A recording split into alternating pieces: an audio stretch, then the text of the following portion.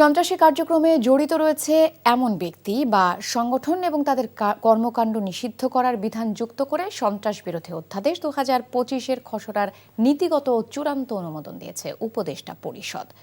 কোনো সত্তার কার্যক্রম নিষিদ্ধেরও বিধান রাখা হয়েছে। আগামীকাল সংশোধনীটি অধ্যাদেশ আকারে জারি হবার কথা রয়েছে। হাসান মাহমুদের রিপোর্ট। ছাত্র জনতার টানা আন্দোলনের প্রেক্ষিতে সবশেষ আওয়ামী লীগের কার্যক্রম নিষিদ্ধ ঘোষণা করেছে সরকার। এবার সংশোধিত হতে যাচ্ছে আইনও।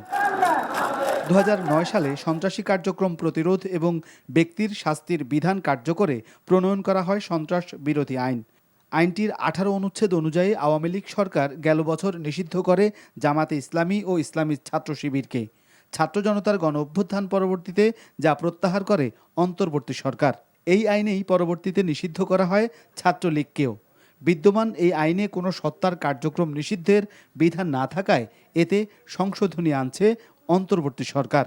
প্রধান উপদেষ্টার বাসভবন যমুনায় ডক্টর মোহাম্মদ ইউনূসের সভাপতিত্বে অনুষ্ঠিত উপদেষ্টা পরিষদের সভায় এ সংক্রান্ত সংশোধনীর অধ্যাদেশের চূড়ান্ত অনুমোদন দেওয়া হয়।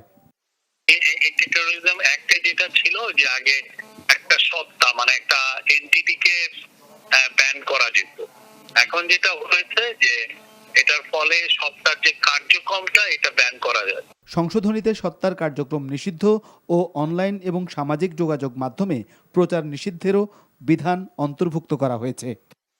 তার যে সামাজিক এবং ইয়েতে অন্যান্য মাধ্যমে সে যে প্রচারণা করবে সেটার ক্ষেত্রেও একটা নিষেধাজ্ঞা দেওয়ার প্রভিশন রাখা হয়েছে।